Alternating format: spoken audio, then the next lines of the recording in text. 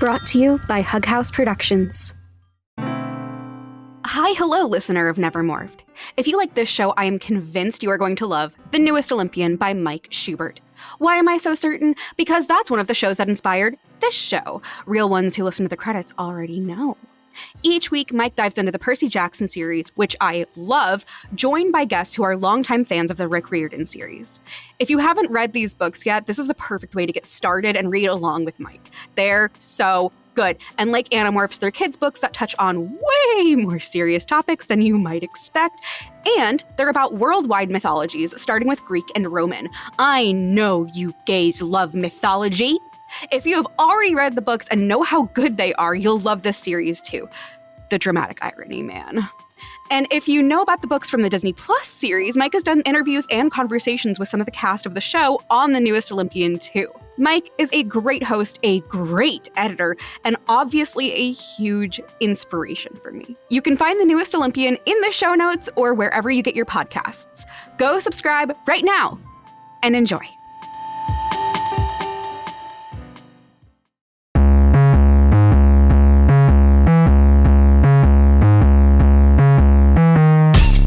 Welcome back to another episode of Never Morphed, a series in which I read every Animorphs book for the first time. As always, this podcast is about books for kids, but this podcast is definitely, absolutely not for kids. And this book is not for kids named Will the Fuck Williams. Hello? If you've never read the Animorphs books like me, here's some explanation. The word whale appears 46 times in this book. I hate those guys. They're so scary. If you want the entire backstory on where my whale fear comes from, because yes, there are precise moments I can point back to, you can find the whole tale in the almost 4-hour-long extended version of this conversation over at patreon.com/hughousepods. So let's journey into the first Animorphs book that was fully, completely not for me. I'm so glad my guest for this book is my amazing friend, CN Josephs. You'll hear me call him Noah here. This book is one of his favorites, and he's one of my favorite friends to have completely different perspectives with. I could not have imagined a better person to have on for this book. And please excuse his mic quality. It was a tech thing and absolutely not his fault. He has a good mic and it works just fine. It was just a tech thing. Typically, I would plug his work here, but instead he wanted to use this space to give some more visibility to the Palestinian Children's Relief Fund. The genocide in Palestine is real, and it is, of course, devastating. I know, or hope at least, that all of you listening understand the gravity of the situation. I've linked to the Palestinian Children's Relief Fund in the show notes, and I hope that if you can, you'll donate. Now, on to this conversation. We talked for so long that this book simply had to be cut into our first 3-part episode, so stay tuned for more. I think let's just get right into the book. Yeah. Let's just get into it. Yeah. Get into the recording. So. Yeah. Hi, Noah. I'm so excited to have you here. I am so freaking excited. As soon as I started this podcast, I was like, when can I have you on? When can I have you on? Because I knew you're a big Animorphs person. So tell me your history with this series, please. So I had kind of an interesting history with Animorphs. I started reading them when I was like 7-ish. Wow. Okay. But here's the thing. I was not really in like a position at this point to like buy all of the books at once or buy them all in order. And this was also like, I was born in like the very late 90s. So this was like just slightly after like the really like height of Animorphs popularity, and they were still pretty easy to find, but like starting to get like a little harder. Mm-hmm. Like I distinctly remember I was able to find them like in grocery stores a few times, so like still that popular, but also like fading a little. And so I actually, the first time I read Animorphs, I read most of the series out of order because I would just grab anytime I was at the bookstore or the library or the grocery store sometimes, because they would sell Animorphs books there sometimes. I would just grab whatever book was there that I hadn't read yet and just read it. And that has led to some really interesting moments in this reread that I'm doing as an adult in order, because there's so many things where, like, you know the second book? Yeah. I would have sworn that was like book 20 something. And then I picked it up and I was like, wait, the Melissa Chapman stuff is book 2? Oh, Melissa. Oh, Melissa. Oh my god. I know we're not going to be talking about that book as much because you've already covered that, but that moment when she's crying to her cat and she's like, why don't my parents love me anymore? I'm just like, oh baby. Yeah, that book, I know it's not our book we're talking about, but that book spoke to me in a way that I think you specifically will get. Yes. I just want you to know, I saw at the end of your book notes, your book 4 notes. Yes. That you had ordered your ranking of the books and the characters, and I did take the liberty of making my own ranking of the books and characters in case we want to compare that at some point. Absolutely, yes. I was going to make like a Canva graphic, like comparing them, and then I started dissociating really hard, and I didn't. That's so fair. What's Canva for, really? But starting a project and dissociating.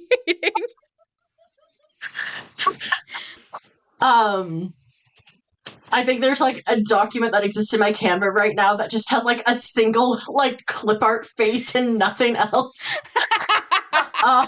It's incredible. We should do that, I think, at like after we've talked about the book chapter by chapter, when we go over predictions, because I realized I didn't have like my rankings of favorites until after this last episode. So we can loop that into predictions. Yeah, excellent. I love that. I love that. Perfect. Okay. I'm so excited. I will say our rankings are very different. I bet. So I'm really excited to see. That's my history with Animorphs. Is I read it when I want to say I read the entire series probably across the ages of like 7 to 9-ish. And to my recollection, I think I read the last like 8 or 10 books in order. But before that, it was like Wild fucking West, just like grabbing whatever I could whenever I could grab it. And it's been really interesting, actually, reading them in order now. But that's also, I mentioned this to you at one point over Discord, that, I think that this is why the books have like such extensive recaps at the beginning, is like for kids like me, because I found those super helpful. Yeah, I think you told me about that like before I started reading, and it totally changed my perspective on those moments. Like I always kind of got like, oh yeah, so that kids can jump in and jump out, whatever. But I guess I didn't really think about it from a practical standpoint. I didn't really read like long series at all growing up. So I just didn't have any experience like that. But going into it with that mindset of like, yeah, sometimes you just couldn't afford a book, or sometimes you couldn't find a book. Like it makes total sense, and it made me really appreciate those passages a lot more. And I think that the Applegates are like really good at doing it well. I typically gloss over those moments in recording because like, we're here, but like they're written really well. She does a good job. And I will say, I also actually find it really interesting that when we do get the recaps, we are often getting a perspective on the events of a previous book from like a different point of view than the book was written in. Yeah. And I think that's so fascinating. I think it's also that's one of the things I really love about like the multiple perspectives in this book is like, it's really interesting seeing how the kids' perspectives differ, and also how like their opinions on themselves versus each other differ. Like all of these things, like, Jake's description of Cassie being like, Cassie is beautiful and perfect and amazing and I love her. And Cassie's description of herself being like, I'm just some guy. I'm pretty plain. I don't know. Yeah. Well, I think first we got to start off by just saying, this was my least favorite so far. So it's not that I think it was a bad book at all. It's that this book could not be like less for me. So first off, there's so many whales. there's a lot of whales going on. I don't that I didn't like that. So listeners will probably know at this point that I have a phobia of whales. They scare the shit out of me. I hate them. I don't like thinking about them. And there was a lot of whales in this book. Can you please, pretty please, when this episode comes out, post a screen cap of your chapter 11 notes on Tumblr? Yeah, I will. Because I think that really adds to the experience. I would just like to briefly describe this for everyone. So, yes. Will's notes, chapter by chapter, which I have access to, generally are like, you know, pretty detailed bullet points going over the events of each chapter and little slots of them. Chapter 11 just has in 96-point Arial font, I don't like it. And then 3 thumbs up emojis again in 96-point font. Yes, that is correct. Yeah, so this book was scary. It was really scary. And I am very hard to scare. I think I've talked about this before, but like genuinely my comfort watch is like Ari Aster's Hereditary, like, or like Skinamarink. Like, I'm hard to scare. And this was not even trying to be scary. It was trying to be beautiful and sweet. And I was so scared. You watching a child get decapitated in Hereditary, like, yeah, this is so comforting. I love this. You seeing a single whale, like, this is horrible. Yeah, me getting to narration that's like, a beautiful whale saved my life, and I'm like, oh, my nightmare. If you were drowning in the ocean and a whale tried to save you, you'd rather just die. Yeah, if I saw a whale and I was in the ocean and I wasn't drowning, I would rather drown than be in that moment with that whale. I'd be like, okay, let's get slurping here. Let's get slurping. Like, I know it's okay I'm laughing because I know this is like a genuine phobia for you, and I don't want you to think I'm making light of it. No, I think that it should be made light of. It's very silly. Like, I am very, it's, you know, I'm just a little clown guy. And I think that there is something very silly about this very specific fear of this thing that I know won't kill me and can't kill me and has no intention of killing me. And I'm honestly not even scared of it killing me. I'm just scared of being around it because it's too big, and like I just can't deal with that. It's also a little fascinating to me that you are so afraid of whales as someone who, if I am recalling correctly, grew up in a landlocked state. Yes. Yeah. Yep, grew up in very much Arizona, incredibly landlocked desert state with massive droughts every year. And I'm still like, a whale is gonna be next to me. If there was a whale in Arizona. Yeah, they'll find me. They'll find me. Okay, so you did not like this book. No. And I think, so the other thing, and I think this is where I'm going to be really excited to hear your perspective, because I am somebody where I am a very get shit done person. Mm-hmm. I am very good at being in a crisis. I'm very good at conflict management. I'm very good at like setting aside my anxieties to just like get something done and fix something. And Cassie is like the opposite. And it drove me up the wall a little. I was so interested to see in your notes that you were like annoyed with Sus. I think at one point you said that you were like very disappointed in Cassie. Yeah. And that was really interesting to me because I felt so incredibly sympathetic to her through this entire book. One of the things that I really love about Animorphs compared to a lot of similar media is that the Animorphs honestly feel a lot more realistic to me than other child characters in similarly like deadly/horrifying situations. Because like I know you were saying that like, you know, because you are a very like get shit done, like keep your anxiety calm in tense situations, like kind of a person, like it can be hard for you to read about characters who are not like that. But I think for me, with particularly child characters, it really takes me out of the book if they are like that, if they are good at setting aside their anxieties and just analytically figuring everything out. And I feel like in a lot of, you know, kidlit, a lot of middle grade /YA media, where kids get put through horrible shit and suddenly one day have like an amount of responsibility on their shoulders that would be overwhelming for an adult and almost impossible for a child. I often find myself disappointed by how it seems like the kids are not allowed to be bothered by that. They just Yeah. continuously make good and rational decisions. Their emotions are always mature and selfless. And I really love media that breaks that mold. Like I know I said I was going to bring up Avatar a few points, and this is one of them. Yeah. I've seen a lot of Yeah. people who really hate Aang because they think that he's like annoying or immature and childish. And I'm just like, well, perhaps that's because he's child. Maybe it's because he's Yeah. 12 that he's acting like a child. I feel the same way about like Steven Universe, right? Like Oh, yeah. maybe the Oh my reason God. that this yeah, we're not going to get into Oy, this. We're oy, not going to oy. get into this, Will. Um, We're both just to make sure this is very clear. We're both Steven Universe lovers, correct? yeah, I Yeah. really like the show. Yeah, I didn't actually finish Yeah. it. I want to go back and finish it at some point, but I You really like should. it. Yeah.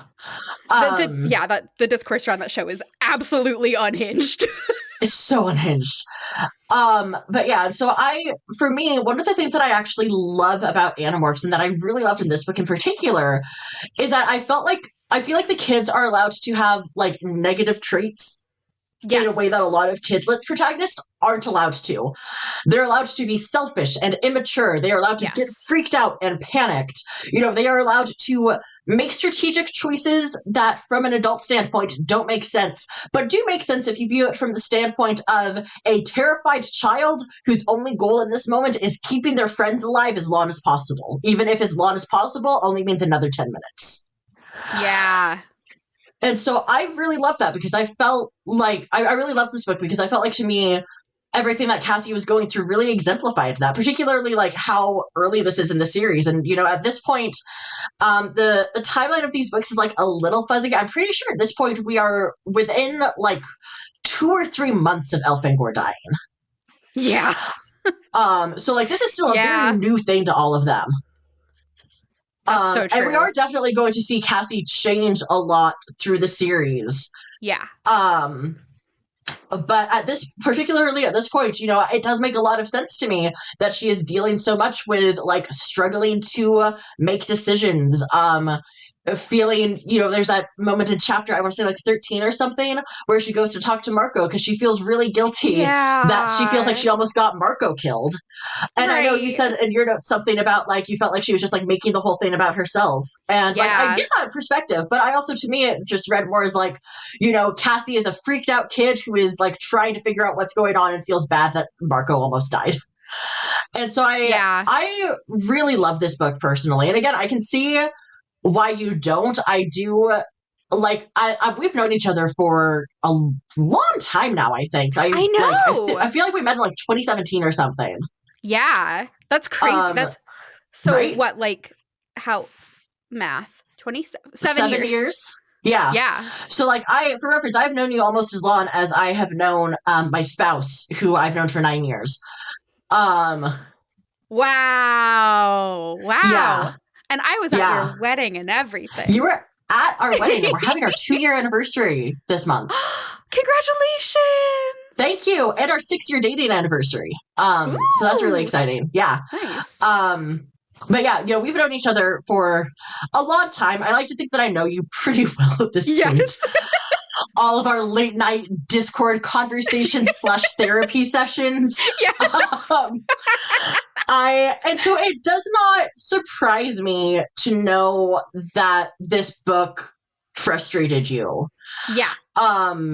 But I think I also, for me, like, I think I just have a very different perspective on it, which I will also admit I think is probably influenced by the fact that I read these books when I was a bit younger than Cassie. Right. Versus you reading them, now. Yeah. As a 30-something adult. Yeah, I'm somewhere in there. Yeah, I think part of it is like it can be hard for me to get back into like child mindset because I'm 30 something, but also because like I grew up wrong. Like I didn't have I never had the ability to be anything but a person who gets shit done. And when I was around people who I needed them to make decisions for like me to get shit done and they wouldn't, that was Mhm. like, that could be that, like, that would put me in danger, you know? Right. Yeah. Um, so I think it's one of those things where like it's just very hard for me to sympathize with that. But then Yeah. also, and this comes down to the difference between me thinking a book is good and me enjoying a book is like, Right. I didn't enjoy reading this one, but I think it's good that it frustrated me. I think it's good Yeah. that Cassie got to be this kind of person. I think it's good that I got to feel a little bit of frustration and like disappointment with Cassie, even though she is undeserving of that. She is literally a child. I'm just bad at Yeah. like keeping that distance in my head. Yeah. But Yeah. I think it's really commendable that I think for specific readers, in the demographic that this was marketed to, like I think that Yeah. a lot of people could have picked up the Tobias book and been like, I fucking hate this kid. Like he's so Yeah. annoying. Yeah. Or especially the Rachel book, because she's a mess. Oh, she's Yes. a disaster. But I really hard to Rachel. So I loved Yeah. her. I can see other people being super frustrated with her. And I think that that's the mark of like exemplary adult, not like young adult, middle grade media for adolescents and children. Like Yeah. to trust that your reader is going to have like huge differences from the Hmm. protagonist in how they handle things, and trust that your reader will like recognize that and be chill with it and keep reading instead of getting frustrated and giving up. Because I feel like so many protagonists, especially in that demographic, are just like the boringest people imaginable, you know, Yes. Yes. for the purpose of just being likable and like, ew. Yeah. Yeah. Absolutely. And yeah, I do agree. Like I really do love that these kids are allowed to like have flaws, right? And I love that they're Yes. allowed to like have disagreements and arguments. So with that, it's Yes. time to jump in. Okay, so Please. as we have briefly touched on, my notes for chapter 1, they're not great. I really did super almost die. I really did read chapter Yeah. 1, stop recording, and go almost faint. So, but okay, I remember it a little. So Cassie is in the barn at her farm. It's late at night, and she is just about to morph into a squirrel. The reason Yes. she's doing this is because some sort of predator animal has been coming into the barn and like doing a chomp on the animals they're trying to rehabilitate, and she is basically doing like a sting operation um Yes. by becoming a squirrel and staking out and seeing who it is.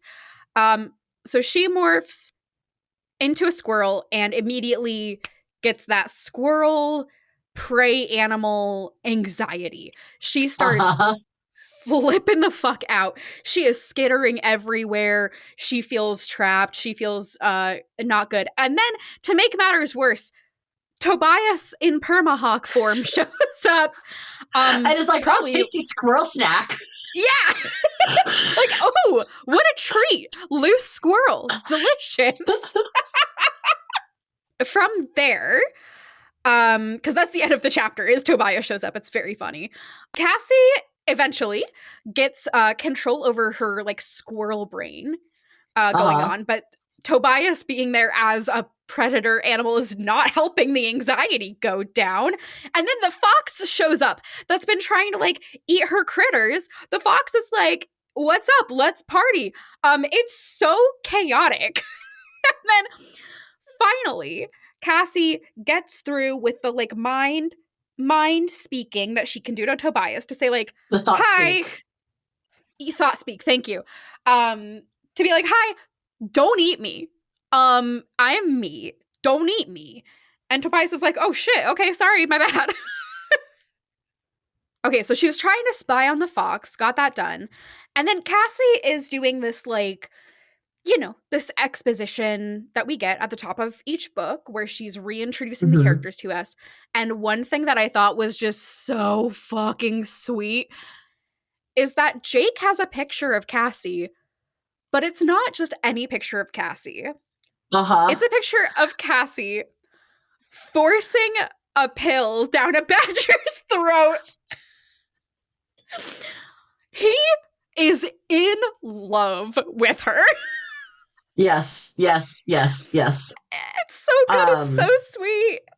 I literally I highlighted that entire section, and can I just like read a little part of this out loud because I just like love it so much. Okay, so if you want to know what I look like, picture a girl in overalls and leather work gloves biting her lip as she concentrates on trying to force a pill down the throat of a badger. Jake once took a picture of me doing exactly that. He has it next to his computer in his room. Don't ask me why. I would be glad to give him a picture of me in a dress or something. Rachel could loan me the dress, but Jake says he likes the picture he has. He's head over heels. Yes. And I love how that passage just makes it so clear that like Jake is not into Cassie under any mistaken belief that like Cassie is going to change, that she's going to like become more feminine or daintier or like stop doing like he loves her exactly how she is. Yes. And that is just so he loves the core of her. He loves like the person she is. Oh, it's so good.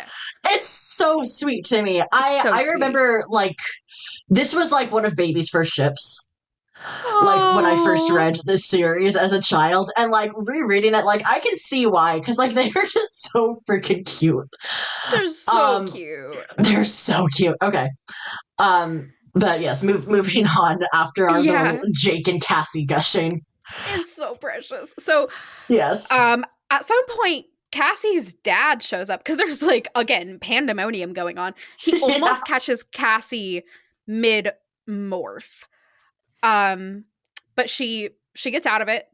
She's okay. And then Cassie is talking to Tobias. And she says that she's been having weird dreams and that they're dreams of someone calling to her from under the ocean. And Tobias is like, oh, same. And I'm like, oh no, that's no good. It's not good at all. Oh, I should ask. Yeah. Did you watch the Animorphs TV show? To my recollection, I watched 1 or 2 episodes and hated it and stopped watching. Yeah, that's the play. That's the play for sure. I watched the series when it dropped on Netflix when I was like in undergrad. And the impression it made did not last. But I know that the character that we meet is like one of the only things I remembered from the show. But we'll get to him when we get to him. My baby boy, yes. Chapter 3, they're having a meetup at Rachel's to discuss these dreams. Only Cassie and Tobias are having these dreams, which leads me to one of my like half-baked theories. Ever since the first book, when Tobias... One second. I'm going to turn away because I have a face that like does not hide anything I'm feeling. And I'm just going to turn away a little because I don't want my face to give away like my actual opinion on your theory. So keep talking, but I'm going to face away from my microphone. You got it. Okay. So ever since the first book, when Prince Elfangor came and landed and died, he connected immediately with Tobias. He Dropboxed all of his brain information to Tobias. He understood what was going on with Tobias. And I think that there is some sort of Tobias shenanigans with the Andalites. I don't know what it is. It could just be that they recognize that Tobias is a very othered person and might like be easy to manipulate. I should also tell you directly, I don't trust the Andalites. So, and then Cassie, we know that Cassie is just really good at morphing. And I figure that that's because she knows so much about animals. So like she has the connection there. So it makes sense to me that she would be having these dreams. She's just a much more like open and connected character, especially with like non-humans. Tobias I think there's something fishy going on there. I have no clue what it is, but I think there is some sort of connection between Tobias and the Andalites beyond what we have seen. I don't think that he even knows about it, but I think there's something there. That is my prediction. Noah's taking a moment to face recover. I'm not going to say shit. Cool. I Perfect. I don't think there's a single thing I could say. Hang on, I'm like moving my microphone while I'm talking, and that's bad podcasting. I don't think there's a single thing I could say right now that would not just like instantly give everything away. So I'm not going to say shit besides save the timestamp of you talking about that prediction so that you can go back to it later. Awesome. Will do. So with that, only Cassie and Tobias are getting these streams. Nobody else is. And they're all trying to figure out like what's going on. And in this, Cassie is noticing that Jake just like isn't responding. So he hasn't said if he's having these dreams. He hasn't given his opinions on like, oh, they're just dreams, or like, oh, we got to look into this. He's just not responding. In part of this conversation, Cassie does tip us off that this crush is very reciprocal. She does not seem to like really be aware too much that Jake has a crush on her. I really thought that she absolutely would have known because she's so perceptive, but then I remembered that again, she is like 13 or something, and like 13-year-olds don't know these things. Yeah. So then, after there's been a little bit of like back and forth, a little bit of convo, then Jake is like, so something interesting occurred. He pulls out a VHS, which just made my little heart sing. I love you, VHS. Brief interjection. One of my favorite things about rereading this series is how it is not that old, right? Like these came out in like the late 90s. And I think the last book came out sometime in like the very early 2000s. So like we're talking like 2 decades ago-ish, like 25 years ago, I think. And that is not that old, right? Right. But technology has changed so rapidly over that time that all of the technology in these books is so dated. Yeah. And I do, I did actually, I've read a bit of some of the like, new updated versions that they released a few years ago. Side note, we can agree that those covers are horrible, right? And that this one is like the worst. The lenticular ones? Yeah. I think it's very cool that they're lenticular. But the flat images that you see on the internet, rancid. And this one, yes, horrific. So bad. So scary. So bad. Why does she look like that?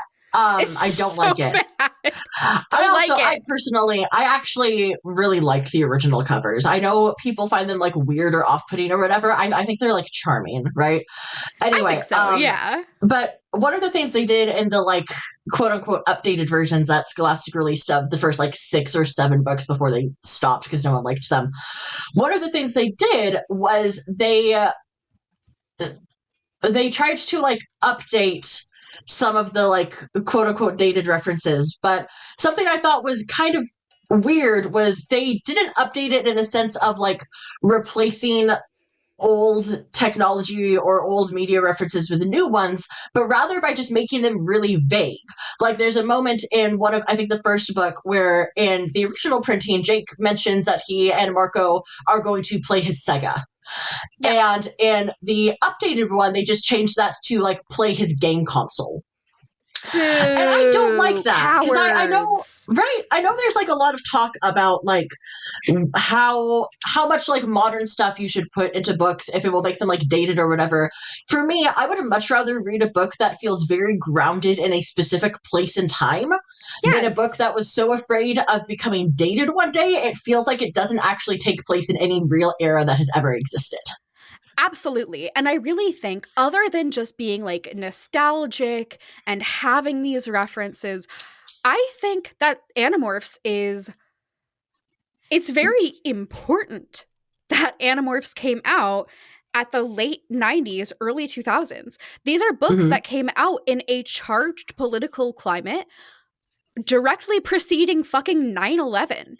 Like, and then, you know, half the series is post 9/11. I can't wait to see the change after that. But like, I think it's really important that we are putting these books in that context. Like when the kids are talking on the phone and they're talking like vaguely in code in these early books, I have to keep reminding myself like, oh, right, this is a pre-Patriot Act book. Like, like they could protect themselves by doing this. Like that's important shit. I think that it's really indicative of not only what the books are trying to say, but like why the characters act and think and speak the way they do. It feels so silly to try to make these books quote unquote timeless. Yeah, absolutely. I think it's also just like, you know, there's so much stuff that I feel like makes just like not as much sense if you try to just like remove it, because stuff like, you know, the reason why they talk in code is, you know, not just because they're worried about being bugged or whatever, but because they have the very practical worry that, you know, these books came out in a place where if you were on the landline in your house, anyone else in your house could pick up the receiver and hear your entire conversation. Like your brother who's been yerked. Yeah, like your brother who's been yerked. Or in the real world, your mom who you don't want to know you were out drinking with your friends last night. Yep. And I feel like that, like, why would that even be a consideration if these books were set in like the 2020s and the kids would probably have cell phones? Right. And like parents don't know what Discord is, you know, or like we have Signal, we have Snapchat. Like, it's very, that's so silly. That's so silly. Also, like there is a sense of charm to it of being set in the 90s, you know? Like, I agree. People are such cowards. So there's a later book that starts with Jake going onto a forum, and it starts with him just kind of explaining to the readers like what an internet forum is. And explaining like the concept of a username, the concept of a password, like how chat boards work. And it's just like so incredibly charming to me. I love it so much. Wait. I love that. So in that same vein, Jake pulls out a handy dandy VHS, and it was from the news from last night. So this does raise some questions for me that I'm just not going to think too hard about, of like, why did you know to record the news? Were you already recording the news? Maybe he was. Knowing Jake, actually, that might be a precaution that he would take anyway. Doesn't really matter. I will say I did also know people in like this particular era of like VHS tapes still being common. I did know people whose parents were just in the habit of recording the news regularly. The news? That's so wild. Yeah. We would record episodes of The Simpsons and The Critic, and that was it. yeah. I mean, I did know people, particularly people whose parents were very into like, you know, conservation, and like, you know, media conservation, stuff like that, who were just like in the habit of recording the news regularly. Oh, that's awesome. And so I think it could make sense that maybe Jake's parents are just that type of person. I could also very much see Jake just recording the news habitually now. Yeah. It seems like a Jake move for sure. I love Jake. I just want to say right now, I love Jake. Oh, me too. He's so good. So I love him he's so recorded much. The news from last night. And in the news piece, they are interviewing an old man on a beach because he found a piece of metal that went ashore. And Jake recognizes that there's on this big piece of metal, there is some sort of writing, and it's Andalite script. He recognizes this, I think, from Elfangor's ship. So he's like familiar with what that looks like. And he thinks it's the remains of a ship that crashed into the ocean. And then as he says this, Cassie passes the fuck out. And Jake wasn't prepared for that. I just want to know, Jake catches her. Yeah. I don't think I caught that. Oh. I'm pretty sure I'm pretty sure that Jake caught her as suddenly without warning I felt the ground swirl beneath me. I fell straight back, not even caring that Jake caught me in his arms just before I hit the carpet. Yes. Yes. What a night. Right?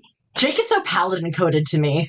He is so paladin coded. Oh my god. I What say a that as someone who darling. like almost exclusively plays paladins. Like He's a I'm the type darling. of So person who when I say I'm playing a paladin now, all of my friends are like, "Oh wow, really? You're playing a paladin?" so as Cassie passes out, we get this kind of like Mm-hmm. dreamscape she is in. She sees herself falling into the ocean. And she is getting a message from somebody. And I noted here, oh my god, the title actually works for this book. Because it's like the first time that the title has meant anything relevant to the plot. Right? I feel like the first one kind of works, the invasion. Yeah, But I kind of agree, but it gave me the idea that we would be seeing the start of the invasion, and not that the invasion had already happened. Has been going on for well, let's Who just say a knows? while. I don't Who know if knows? we know later. I don't think we know now though, so I'm not going to say, but yeah, the invasion is definitely ongoing by the time Elfangor dies. Yes, yes. Uh, so she's getting this. The message that she's getting is basically an SOS from somebody saying like, "Hey, got a little lost. Can you come pick me up? Can calling an Uber? Hello, Uber." Um, and she comes back to, and only she and Tobias have passed out. Just saying, just saying. But everybody did feel something. Something. Yeah. So the group, they all kind of realized that the person talking to her was definitely an Andalite, because they were think talking, not talking. Like it felt the same as when Elfangor or Visser 3 in his Andalite body when they do think talk. So they pretty much say like, okay, well, it sounds like we gotta go do a rescue mission. We gotta go be Uber for this Andalite at the bottom of the ocean. And even this is a moment that I fucking love Marco. He's the absolute worst of all of them, and I love him. Yeah. He has this moment where he's like, because so far he's pushed back against like literally every plan they make that he could possibly push back against. And even for this, he's like, "Oh, we gotta go now. Like we have to go save him now," because they realize was super, super, super impacted by Elfangor's death, which is not the kind of care or vulnerability that Marco has like allowed us to see so far. Yeah. And I thought that was really lovely. I really love him. He's got so much interiority going on. I love all of the moments, and particularly the early books, when Marco is like, "God, this fucking sucks. Why are we doing this?" And people are like, "You don't have to come." And he's like, "Of course I'm coming. God, yes. Shut up." Yeah. Can I just say, one of the things I really love about Marco is that I think that, in series like this, having one character who is like not super into it, a lot more hesitant about going along with it, is like definitely not uncommon. But I feel like often that is portrayed as like cowardice or selfishness or whatever. And then Marco is over here like, "My dad is severely depressed and I'm worried if I die, he will literally kill himself." Yes. Yeah. Marco, his disdain is like, it's so utilitarian.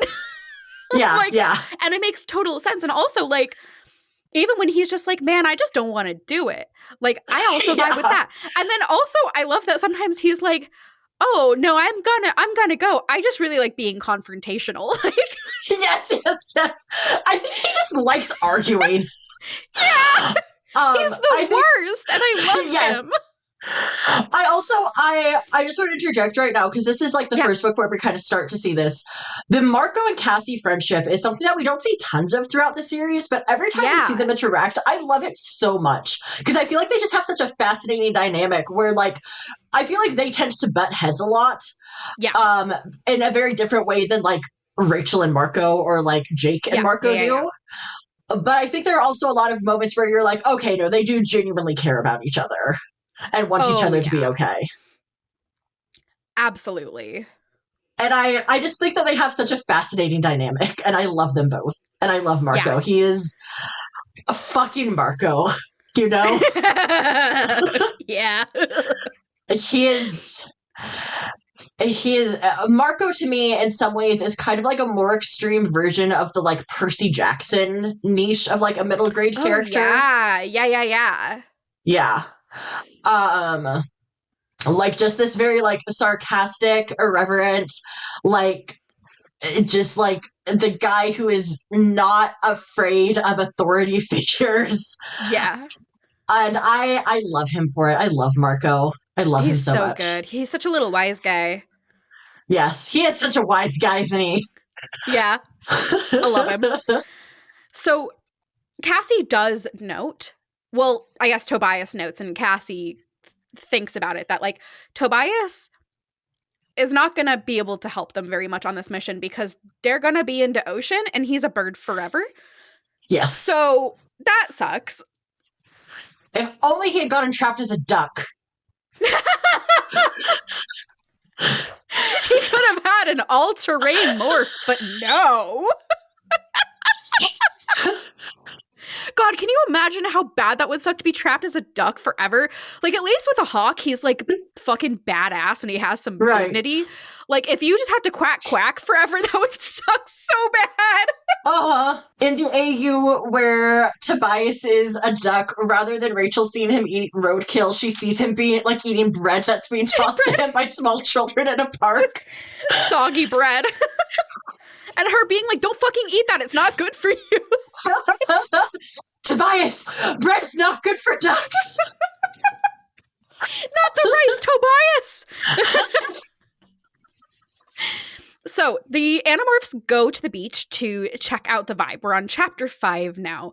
Yes. And they, oh, hold on. We have to talk so much more about this recording. Wow, I took shit notes about that recording.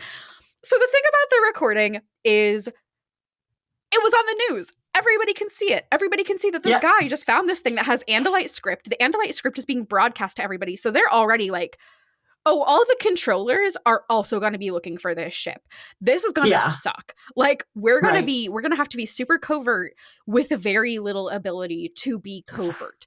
So their main objective is not just to find and save this Andalite. It's also to do so while being hidden, knowing that all of the controllers are going to be in their area looking for the same thing they are. And it's not just that they have to be hidden, they have to be both stealthy and fast, because if the controllers find this Andalite before they do, that Andalite's not going to survive. Yeah, and they only have the 2 hours. And they only have the 2 hours. Like, literally, I think that, like, something that, you know, is very, very scary about the situation is that if the Yeerks find the Andalite first, best case scenario is that the Andalite dies. Worst case scenario is that the Yeerks get another Andalite controller. Yes. Yeah, and like we've already seen, I mean, I don't know much about how Visser 3 rose to power, but given he's so desperately stupid and incompetent, I'm guessing that it's largely just because he had the Andalite morph and he could go into forums that are made just to eat Andalites and scare everybody. Yeah, there's a book later in the series, the Andalite Chronicles, pardon me, that goes into this in depth, and I remember quite liking that book when I read it as a child. Yeah, I can't wait. I love Visser 3. He's hilarious. He's such a bad boss. And I love anytime that we see the controllers talking about how bad of a boss he is. It's so fucking funny. It's my favorite. Yes. I just want them to unionize so bad. All of that in mind, they have to be stealthy, be quick, go to an unknown location in the ocean. They have no clue where in the ocean it is. And they have to do all of this within the 2 hours of their morph because, like, they'll drown. Yeah. Or they'll be sea creatures forever. Uh-huh. Which is not ideal. No. Oh, and they can't have, like, a watch on them. They'll be in the ocean. Yes.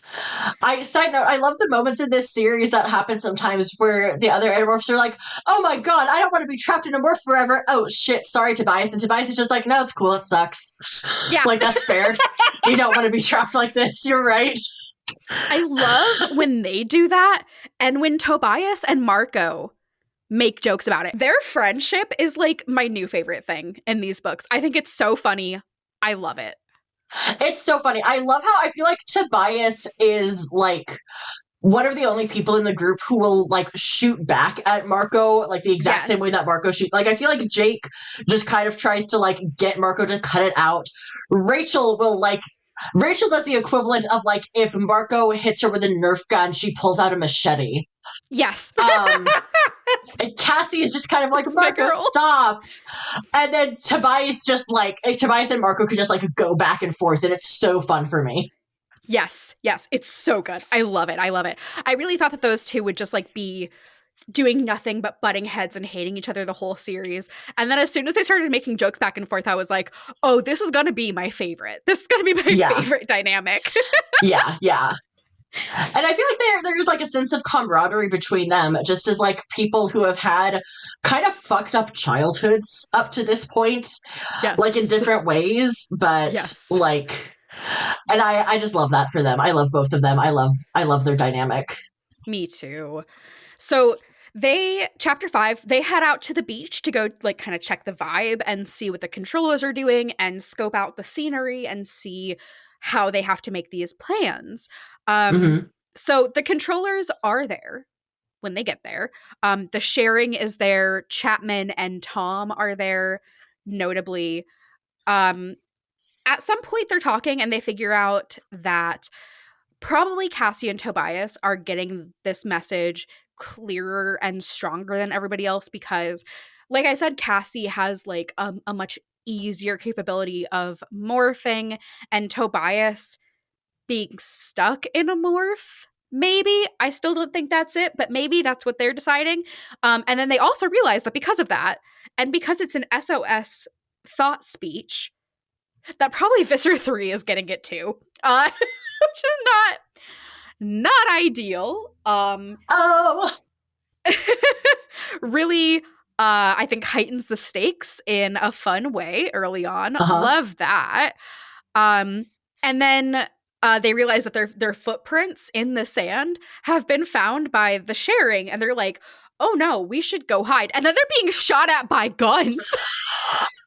Oh my god, can I just comment real quick? I don't know what it is, but like for me, I feel like there's a thing I've noticed, and I'm curious if you get this too. So Dracon beams, as far as I understand, are objectively scarier and more fucked up than guns. But for some reason, the kids being shot at with just like regular ass human guns is so much more unsettling to me. Like I don't know if it's just because worse. Like it's so much worse. Like I don't know if it's just because like we're removing like the sci-fi veneer, but like I'm just like, oh my god, they're just like shooting at the kids with like actual fucking guns. What? It's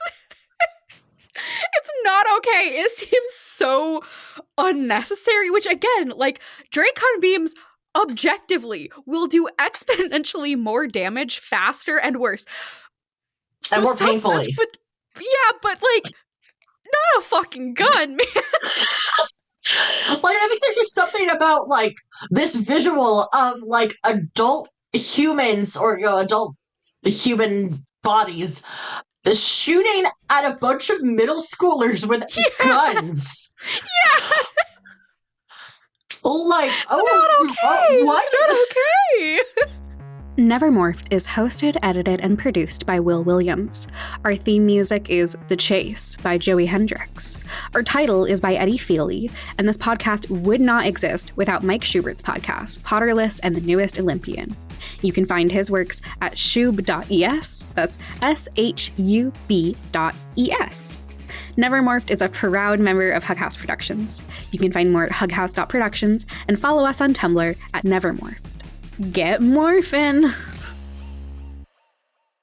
On March 27th, 2024, Elon Musk was deposed in a libel lawsuit filed by Ben Brody. Musk's lawyer, Alex Spiro, tried to retroactively mark the deposition as confidential, but it wasn't. Of course I can ask him, do you think you committed actual malice? Do you think you were reckless? Of course I can ask those questions. The deposition is a new Hug House podcast reenactment of the entire deposition, word by word, in full. taken very About seriously. things that he did wrong. But that's the point. That's not what you're allowed Until he really just like can't anymore. not what you're allowed to do in the deposition. You can't just get him talking.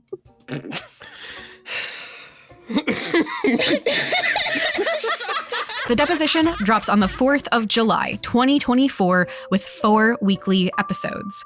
Subscribe on your podcatcher of choice or find us at hughouse.productions today.